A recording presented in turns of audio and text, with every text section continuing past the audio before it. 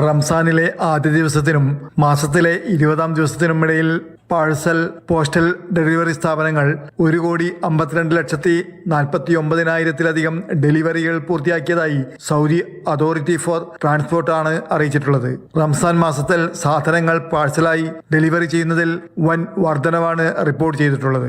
ഏറ്റവും ഉയർന്ന പ്രതിദിന ഡെലിവറി അളവ് റംസാൻ 11-ാം ദിവസമാണ് രേഖപ്പെടുത്തിയിട്ടുള്ളത്.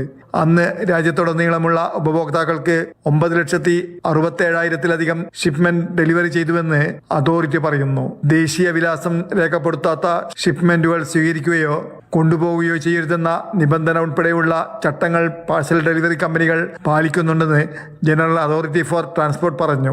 കമ്പനികൾ ഷിപ്മെന്റ് വിവരങ്ങളും ഉള്ളടക്കങ്ങളും സംരക്ഷിക്കുകയും ഉപഭോക്തൃ അന്വേഷണങ്ങൾക്കും പരാതികൾക്കും ഉടനടി മറുപടി നൽകുകയും വേണം. സൗദിയിലെ തപാൽ ലോജിസ്റ്റിക് ഗതാഗത സംവിധാനത്തിന്റെ തുടർച്ചയായ വളർച്ചയും ഇ കൊമേഴ്സിന്റെ ദ്രുതഗതിയിലുള്ള വികസനത്തിനനുസരിച്ച് നീങ്ങുന്നുണ്ടെന്നാണ് ഈ കണക്കുകൾ എടുത്തു കാണിക്കുന്നതെന്ന് അതോറിറ്റി പറഞ്ഞു. Mathrubhumi news, Jeddah.